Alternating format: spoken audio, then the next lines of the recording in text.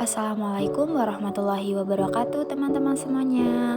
Jumpa lagi pada channel konten tugas dengan saya Nur Islah Khairiyah bersama teman saya Umar Abdul Aziz. Pada kesempatan kali ini kami akan membahas mengenai e-commerce system. Apa sih e-commerce system itu? Nah, untuk mengetahui materi selengkapnya tonton sampai habis ya. E-commerce.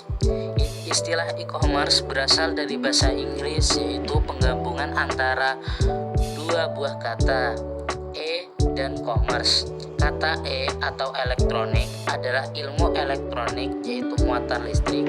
Kemudian alat-alat elektronik atau semua hal yang berhubungan dengan dunia elektronika dan teknologi.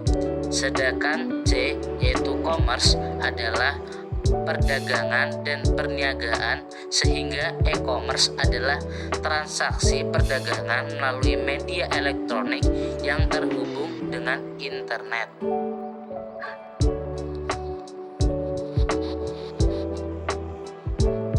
Unsur dan contoh e-commerce. Pada dasarnya, perdagangan e-commerce terdiri dari 6 unsur, yaitu pembeli, penjual, barang, media elektronik, jasa bank, dan jasa pengirim. Media elektronik itu sendiri bisa jadi televisi, smartphone, internet, dan radio. Contoh aplikasi atau software yang terkait dengan e-commerce, contohnya e-commerce online shopping seperti Lazada, Zalora, Shopee, Tokopedia, dan lain-lain. Kemudian ada e-commerce iklan seperti Google, AdSense, OLX, Berniaga, dan lain-lain. Kelebihan e-commerce. Kelebihan e-commerce terbagi beberapa macam. Yang pertama, mudah. Di sini pembeli dan penjual tidak perlu bertatap muka dalam membeli dan menjual produk. Tidak perlu jalan ke sana ke sini, cukup dengan gadget atau smartphone mereka atau media elektronik yang lainnya. Kemudian ada batasan geografis. Batasan geografis yang luas dan terbatas. Kemudian jam kerja yang fleksibel, kemudian cepat. Pada dasarnya e-commerce cepat, namun tergantung pada proses pengiriman sehingga sampai ke tangan pembeli.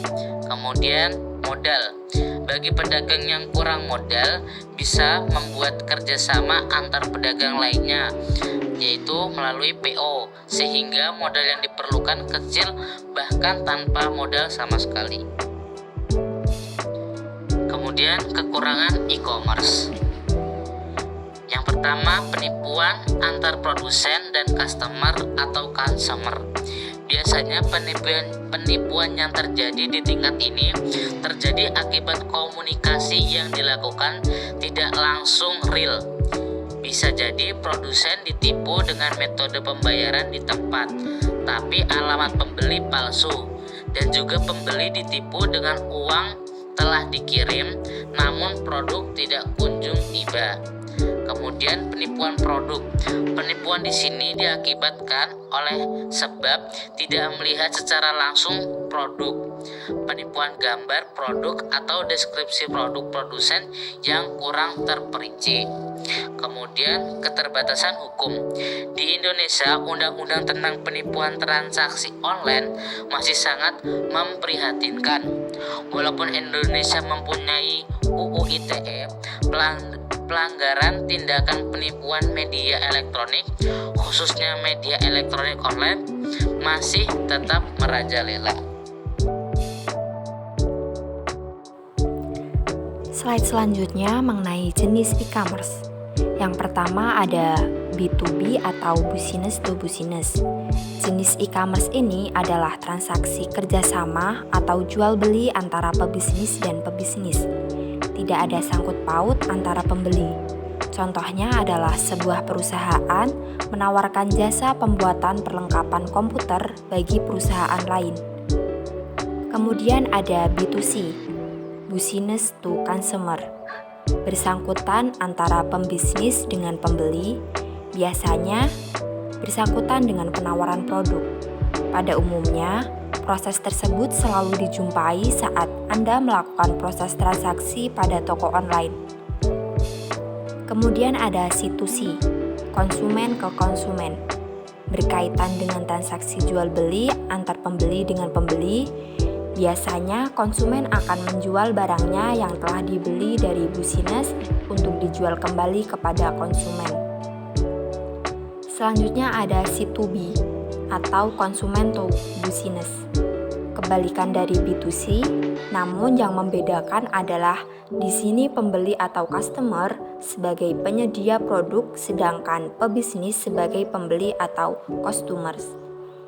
Misalnya, seperti seorang desain grafis akan menawarkan jasanya untuk membuat sebuah desain untuk pembuatan sebuah website yang menawarkan makanan olahan.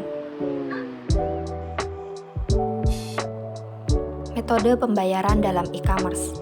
Yang pertama ada COD atau cash on delivery. COD juga dapat disebut dengan istilah bayar di tempat.